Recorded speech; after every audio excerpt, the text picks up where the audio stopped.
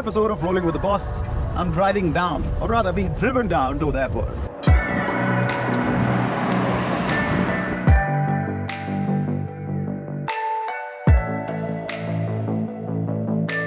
Udaipur has world-famous lakes, palaces, handicrafts, and even moustaches.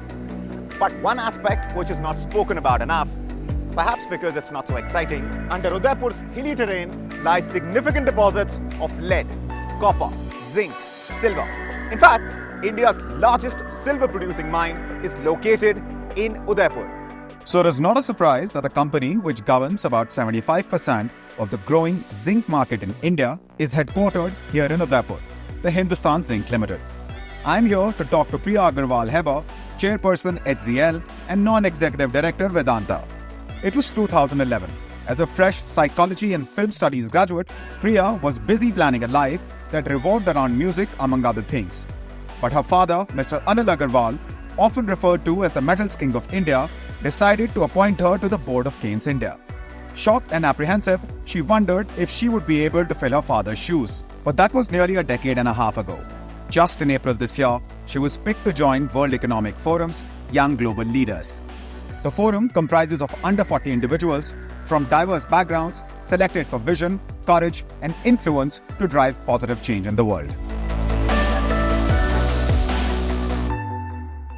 First of all, welcome to the show. Thank you, Abhishek, for having me. This has taken some time, right? Yes. You had a bunch of last-minute meetings. You flew in from Mumbai, I guess. No, but I was really looking forward to this, and I'm glad we finally organized and made this happen.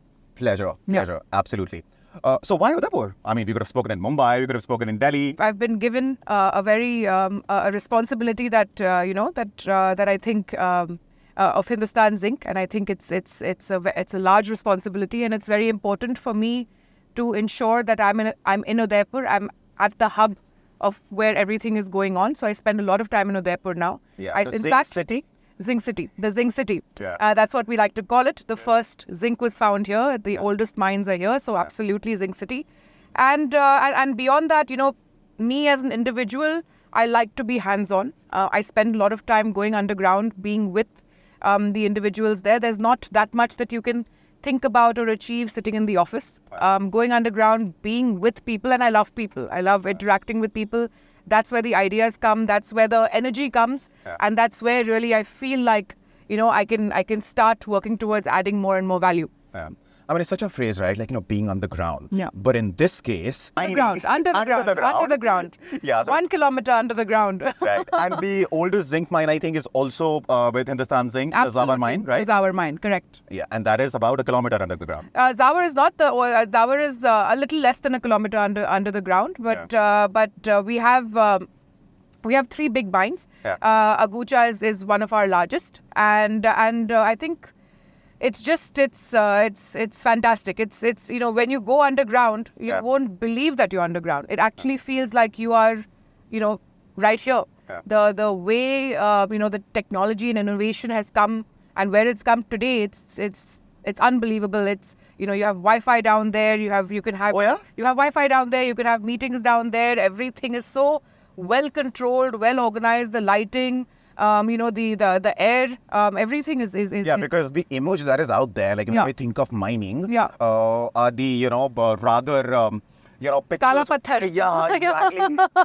yeah. But when you joined and when you went in as the boss, the big boss for the first time, how odd did you feel? Because apparently it's a space dominated by men. Most of my life, it wasn't certain to me that I would join the industry. Yeah. I was, and a part of me was actually running away from it also. Mm-hmm. In 2011-12, at some point, I turned on the television and I turned on the news, and in front of me, I saw Priya Agarwal Hebbar, at that time Priya Agarwal, has become a board member of Cairn, our oil and gas company, and I was in shock.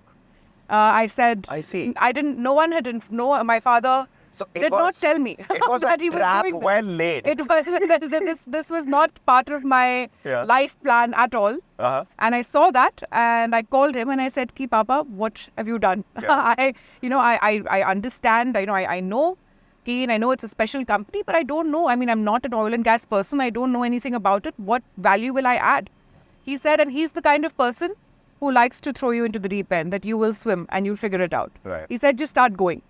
And I remember my first board meeting, I was so nervous. Because, I was this young girl, firstly, in a board of 7, 8 head honcho, Right. men, 50, 60, 70 years old, extremely experienced. Yeah. A lot of what they were saying was flying above my head, and I was just completely, I was scared. And but what was funny and what made me a little bit more scared was that the moment I entered, the company secretary came running to me, and she said, Priya, we're so excited that you have joined the board, and the kind of ideas you will bring, being chairman's daughter, will be unparalleled to anybody else. And that was it for me. I said, pressure. So pressure, Yeah. pressure times 100. Yeah. But that is how it all began. So what are some of the initiatives that when you came in, you were like, I have to do this? There are many, and many still work in progress. Right. But the ones that I'm very proud of, one is, of course, the ESG, which we can get in, which I'll get into more detail about. Sure. And the second is, because we're talking about women in the male-dominated industry, the fact that today we're 20% women across our, and this is actually at par with global statistics in this industry, at par or maybe even beyond some of the companies. And we have a goal for 30% and then 50%. Okay. And the fact that it's not only about 20% across our employment. In 2019, women were allowed to go underground and mine. Hindustan Zinc was the first company to have women underground. And today, our mines are led by women. And these are women who could not imagine they would be doing what they're doing today. Some women from Rajasthan who used to cover their head and not, didn't have line of sight of as to, that this is their future. They are driving light motor vehicles, big vehicles. They're doing heavy forklifts. They're doing heavy lifting. The first all-women rescue team of India is at Hindustan Zinc, and now the second one is being trained, and they are going global to have international competitions. And these girls are just, you meet them, you'll get goosebumps. It's phenomenal. Oh, that's amazing. Yeah. So ESG, approximately 2019, 2020, we set up an ESG committee. We are, so 3 of our big operations might or should achieve net zero carbon by 2030. And that is where we've come with our net zero goals. And of course, before 2050, 100% of all of our operations. We have a silver refinery in Pantnagar, which is already run 100% on renewable. So the silver that we produce is 100% green silver. India is talking about getting net neutral way beyond 2050, right? Right. And for a mining organization, for a mining company, Right. to aim to turn way before that, Right. well, it's definitely ambitious. What's interesting is, from what you're saying, I know, India's goal is to be net zero by 2070. To achieve that, you need 3 billion tons of metal. Right. So the mining is actually one of the key and most important aspects of the energy transition. You can't do it without. Yeah.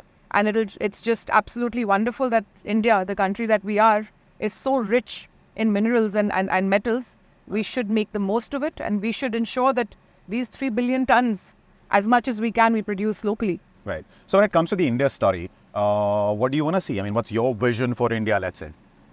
My vision for India, I think, is, I'll tell you a short story of what a big part of what defined me as a person was, when I was 7 or 8 years old, my parents decided that they want to shift to London. Right. And as the 7, 8-year-old girl, I was extremely excited. I was so excited. Madame Tussauds, Hamleys, I was so excited that, London's going to be a great experience, and was looking forward to that more than anything. And, we got on that flight. We went to London. My parents didn't know where they were going to stay. It was a very, very different time. It was, it was just a sudden decision that we have to go. And we reached there. And because generally, due to work and that time, we were, my father was still, building what he's built today. Is very, very, again, like I said, a very different time. He was very busy. They used to travel a lot. So they decided to put me in a weekly boarding school. Okay.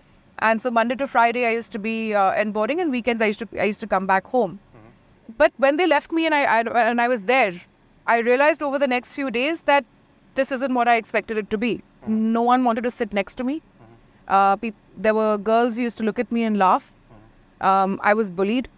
I was, I was treated in ways that I couldn't imagine being treated. And why was that? London, the UK was a very different time then. And I was, I think, the only brown girl that those girls had ever seen. Right. And so I was a part of a very, very difficult, racist time. And every day was a new day of difficulties. I was very young. I didn't understand. It took me time to even understand what was going on and why everyone was treating me the way that they were. I used to cry. Between 7 to 8, there was this time where you could go on the phone and talk to your families. So I used to sit there between 7 to 8 and just cry to my mother, ki, please take me away from here. They were also in a situation where they didn't know what to do. Everything was new country. It was really difficult. And then, over time, my father told me that 2 things. He said, 1, to succeed, I have to find comfort in discomfort. And 2, if I need to be seen, or if I need to, in a new country like that, if I need to be, looked at in a positive light, I have to be 25% better than everybody else in everything that I do. I have to work that much harder. I have to put that much more in. That is the only way things are going to change. And it took me time, but I realized what he was trying to say. And I started. And today, some of those girls are till today, my closest friends. And everything changed around me. And I think that for me, finding comfort in discomfort is your way to progress, is something that I have taken and I have embedded, and that is what I want to do. That is, in a male-dominated industry like mining, I want women to dominate. I want them to find their comfort, and I want India. I just feel like this country has so much talent. The women are just absolutely amazing and can do anything. They just need the opportunity. I want the country to be a country that is for equal opportunities for all. I mean, the parallel there is amazing, and which is why your example is perhaps gonna give comfort to a lot of people that if you dig your heels in, as you were saying, I mean, our country was bullied, right? Yeah. 70 years ago, 75 years ago, we got our independence. So before that, we were bullied into almost nothingness. Nobody cared about us. And I'm really glad that we could bring out this side. I mean, the usual standard questions are fine. Yeah. But for somebody who's gone through that and is sharing it, so thank you so much. No, absolutely, and it's not about us bringing it out. You have brought it out, and I think you have that talent to be able to bring things out of people. So. Thank you. I am just trying to sort of let people know that see what happens is when a young kid in some tier 2 town. Who has access to this content, by the way, who will be watching it on YouTube and elsewhere, sees somebody who's running a multi-billion-dollar empire, all they see is barriers. But when they hear stories, oh, that happened with me too. Oh, that's how she crossed that barrier. Then the unleashing of the fearlessness that you're talking about, that your life is an example of, perhaps can happen. Challenges when your father started, right? When the other stalwarts started, Mr. Ambani, Mr. Tata, etc. The challenges were very different, right? But for this generation, what are the challenges which, of course, now you're more and more aware of because you now know the business in and out. Right. You've been around for a while. Many people ask me, such big shoes to fill. Is there a lot of pressure there? What my father has seen, what he has experienced. Being that young boy used to walk to school without shoes, and he's built what he's built. The kind of, life that he's seen, I could not imagine. I have not seen that life. The kind of drive, the kind of things that drove him were very different to the kind of things that drive me, right? Or will drive me. And I think, and that used to scare me a lot. That what used to scare me is that, look, everybody's looking at him as this first generation entrepreneur, and people are looking at me as, uski beti. I was very, very scared, and I used to run away from it as much as I could. Until over time, I realized that, look, I don't need to fit into his shoes. I need to find a pair of shoes that fit me well. That's about as much time we had for all things related to business. But this show is more about Priya, not so much about the business because, well, I mean, you'd find the stories and bent related to what's happening in the markets anyway. Absolutely. Right? So, you got married when you were very young. Yes. And that's one thing when I was, going over the details, looking at the story. Yeah. So it was just business which you got involved in at a very early age, but also you got married at very early age. Yes. You were 21, 22 when you I got was married? 22, yes. 22 when I got married. I was, so actually, my husband right now and my boyfriend then, Akarsh, we met when we were 16. Yes. It was a school love. He was in engineering. Oh, so high school sweetheart. High school sweetheart, absolutely. And we actually met because of our common love for animal welfare. Right. And we started this organization called Yoda together. Of course, Yoda, yeah. And at 16 we met. Over time, we of course fell in love. We just, we knew that it was each other that we wanted to marry. Right. And by that time, I think even our families were like, look, if you guys want to be together, just get married. Okay. There wasn't any resistance? There was a lot of resistance from both sides. Okay. From our side, the cultural difference, but actually, my father is quite a romantic man himself. He internally, I think, had this excitement that Priya has someone that she loves.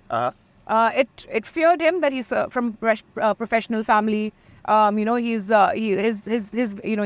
was working in Oracle then. Right. And then he moved into McKinsey, and that whole thing was very, very worrying for him.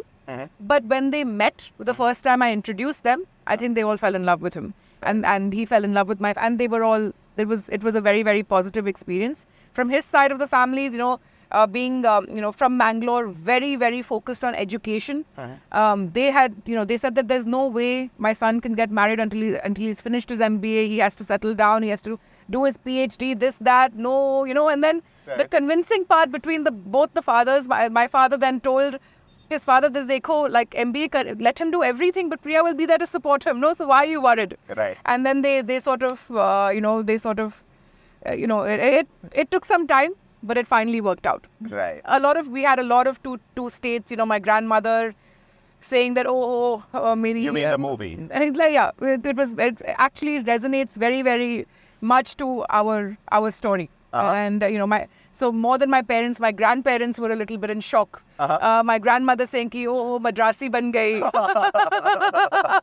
Right. All of that was going on, but it was and we knew we wanted to marry each other, and then it happened, and it was the best decision that at least I've ever taken. I don't know about him.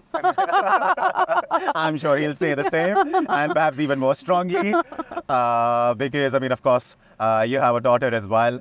So being at the helm of affairs at such big organizations, second largest zinc producer, third largest silver producer, and there's so many other responsibilities that you have. And then, of course, is, marriage, having a kid. And, this question, work-life balance kind of a question, is important even for a man. Gone are the days when, boss, you were just supposed to go to office, do that, come back, know nothing about what's happening in your kid's life. That's changed. So how does this happen? So actually, I don't like the term work-life balance. Right. And of course, you have to create barriers. When I have my time with my daughter, I don't want to, of course, there are times where I realize that she's sitting there looking at my face and I've taken a meeting call in the time that I'm supposed to be. But that happens, but I have to try my best to ensure that daughter time is daughter time, work time is work time. And within that, everyone in the ecosystem is happy and flourishing. And in fact, an example I can give is that, sometimes as a mother, we feel guilty. Are we spending enough time with our daughter, with our child? And then you realize that, look, I can physically spend 7-8 hours with her and feel great myself, but I don't think she's excited about that. I don't think she wants me there physically. As long as How old is she? She's 9. Right. And going to be 10 this year. And as long as I'm emotionally there for her whenever she needs me, it's fine. I can take that extra time for myself. Yeah. And Akarsh is an absolutely hands-on father. He is so good with Mahi. Mahi is my daughter's name. He is, and it's absolutely, and how we coordinate our time. If I'm traveling today, he's working from home and taking care of her as well. So it's great. I think you have to find that momentum, you have to find your purpose, and you have to ensure that your life is surrounded by things that, don't overburden you. You're doing whatever you're doing for a positive outcome. Yeah. And also I think preteens is that phase when, kids do let you spend a lot of time with them. Yeah. I mean, once, teenage sort of, kicks in, Yeah. all they want to do is get as far away from parents as possible. Exactly.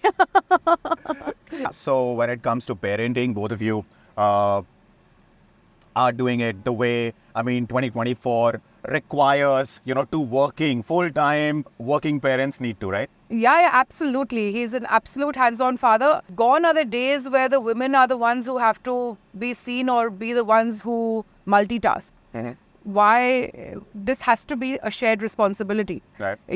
Today is a day where, a woman and a man are working as much as they're looking after the home, as much as they're looking after the child. And that is the only way to thrive in the environment that we're in. It's not going to happen, if any of this is one-sided or dominated more by one. It has to be an equal responsibility. Right. And one thing that I always say to, especially when we have these women forums at work, when Mahi was born, Uh-huh. the first thing that came to my mind was that I need to be the woman that I want her to be. Right. And I want her to be better than me. So if I don't get my act together, and I want her to see me work, I want her to see me thrive, I want her to see me do and pursue what I want to pursue, because I want to do that. I want her to have the freedom to choose and do whatever she wants to do. Mm-hmm. And she has to see a father like that, she has to see a mother like that, and she has to develop that understanding. It's not... and You're not going to surprise her with an announcement on TV that she's already a board member. Absolutely. Absolutely not. She's free to do what she wants to do. Right. All right. So I guess there is still some time before we find out what actually happens. Now, one of the questions which I had in my mind, and I was thinking, when would I slip that in? Yeah. Was to talk to you about your relationship with your parents, because from time to time on LinkedIn, you do write about what your mother said in a certain situation, in a certain context, and of course, your relationship with your father, because at the end of the day, everybody keeps talking about this legacy. So first, tell us a little bit about your relationship with your mother, and then, of course, we will talk about your relationship with your father. My mother is my best friend. A cliche, but it is what it is. She is everything to me. She is my, she is my go-to when I'm down. She's my go-to when I'm happy. She is my go-to for everything. She is my best friend. I can open up to her, talk to her about anything in the world. And she is that person who I am inspired by. She has, everything that my father is today. I would give 70 to 80% of that to my mother. That woman who dug her heels through the ground and stayed through it all. The kind of person she is, you'll see her in Mumbai Road sometimes with a big jeep with her sari and trainers on, loud music, singing songs, and just driving. She is super cool. Yeah. All right. Your relationship with your father, because this bit is sort of, the one which a whole lot of people are going to be really, really interested in. So my father and me, we've had a very, very unique relationship. We never had too much of a conversation for the first 16 to 18 years of my life. Right. So no scolding and no constant preaching, nothing. He let you be. He let me be. And he let me figure it. He was there for advice as and when I needed it.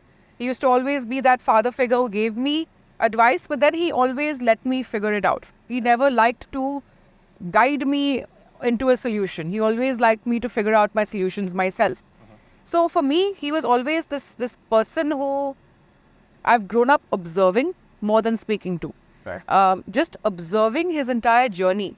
From when I was born, they had to sell the carpet in the house to pay for the delivery. And this is in Queens. This was in Queens. To now, where he is today. I have seen in front of me what that man has gone through. Yeah. The turmoil that he has gone through, the ups which were ups like ups and ups, and the downs which could break anybody and completely make anyone fall apart. And just observing all of that, I think has made me a lot of who I am today. And I thank him for that. And I'm privileged, and I feel I'm very, very, it's a great experience for me to just have been there through this journey of his. And I think my mother was my companion, my everything, my person to go to. My father was the figure that I just was there watching all along. Just and watching, learning, taking in as much as I could, and trying to imbibe whatever I can from that man. And does he every now and then pick up the phone on you and say, okay, you did this right, you don't need to do this, don't change that, okay, you can change it. Does he do that? Now, yes. Yeah. Before that, he used to hate doing that. He used to give me his guidance. He used to let me be. Now, because we're of course running, we're part of this. I'm part of his baby. This is Vedanta is his first baby. I'm his third. Yeah. And I'm part of this baby, and I respect that it's his. So I respect that, he's grown this and he has certain ways of doing things. But he is also starting to accept that I have my own way of doing things as well. And maybe those aren't so bad. Right. Maybe those can bring some things, some unique factors into the company that he may not have thought of. Yeah. And he's seeing some of that happen. And now we have started formulating this relationship where we are understanding each other, understanding each other's perspective, and then coming towards some sort of consensus. Yeah. But doesn't always happen. Yeah. Can be terrible fights between us also. There'll be days where we'll not speak to each other. Oh, yeah? Absolutely. There'll be days we'll not speak to each other. We're like children. Right. He will not call me, he'll not answer my phone for 2 weeks. But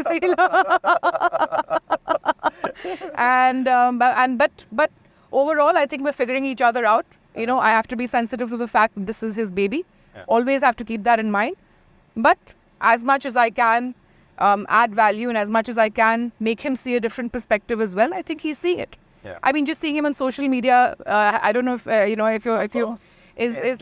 he was such a conservative person when it came to communicating, and we didn't have a communications vertical at Vedanta. Right. So I've pushed him because that man's journey is something that needs to be spoken about. Right. This young boy in Bihar to what he's made today, it's going to inspire so many. Yeah. So I've been pushing him that you have to tell your story. And social is the way to just tell your story. Yeah. And now he's, even a small thing like that he listened and he started doing it. I've been pushing him from the back to do this for many years. But right. yeah, so we're understanding each other. So now some quick questions. Yes. Quick answers, because we only have so many minutes left. And I'll start with, since you're a big Bollywood buff, big movie buff, all-time favorite. Movies, I can't just choose one. There are so many. In fact, the movies coming out nowadays, these real movies, real stories. I just saw this movie Shrikant with Rajkumar Rao in it. Such a amazing movie about, a young blind man. It's a true story who's now become, industrialist. It's lovely. These kind of movies, these kind of these inspirational true stories, I absolutely love. Right. And then, of course, the DDLJs of the world where you just want to get lost in romance is great as well. Right. Yeah. Okay. Books? Books. I am currently reading *Sapiens*. Okay. It's a very big book. I have to read I've been reading each page 2 or 3 times to really help it sink in. But it's very fascinating the way he's written that book. Yeah. I absolutely love, one of the, right now I'm on the page where he's talking about reality and how there's perceived reality and actual reality. And it's fascinating. There's so many other things that you're interested in because, you play so many instruments. Yeah. So your interest areas, what are you interested in? What do you like to spend time doing? I love music. Mm-hmm. I spend hours. Mm-hmm. If I have, if I have a Sunday to myself, mm-hmm. it will be me drowning in music. Right. I will just stand music of all genres. From old Hindi songs to electronic music. So are you telling me if I say that, okay, I'll hum along, you'll sing a song for us and you'll belt out a tune? No. Yeah. Not today. But if I had my guitar with me, I would have. I'm very comfortable when I have my... So should have had a guitar. It's a 7-seater after all. Enough space for it there. Right. Yeah. But so I absolutely, I love music. It's helped me through so many phases of my life. Lyrics, songs, words. It's my go-to for there's one love that I have. It's that. Do you write as well? I produce music. I write songs. I've kept all of it. One day, if nothing else, That's where I'm going. Right. One day, if nothing else, that's where I'm going. Well, that's not going to happen. I don't think so. Now you're in. What the father did, a decade and a half ago, was a trap well laid. Yeah. Now you're caught. I'm caught. Yeah. And happening. Very happily. All right. Yeah. On that note, thank you so much for talking to us and for taking out the time. Busy day for you, but it was a pleasure. Thank you for coming to Udaipur and taking out the time for us. It was a pleasure talking with you. Thank you so much. Thank you so much. Thank you.